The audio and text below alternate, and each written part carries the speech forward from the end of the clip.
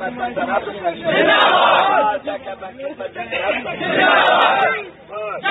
10 साल से खिदमत सेंटर में काम करता हूँ और देखो हमने जो प्रधानमंत्री जनधन योजना, मैं उसकी बात करूंगा। मेरे बहुत से साथियों ने डिमांड आपको सुनाई, क्या क्या उसमें हमने 10 दिन में हमने 4-4, 5-5 हजार अकाउंट खोले और 8-8, 10-10 पंचायतों की, जो रूरल एरिया की बात, 10 पंचायतों की सर्वे की हमने। रात दिन हम रातों को भी नहीं सोए। अगर J&K बैंक इस वक्त अवार्ड मिला है वो हमारे खिदमत सेंटरों की वजह से मिला है।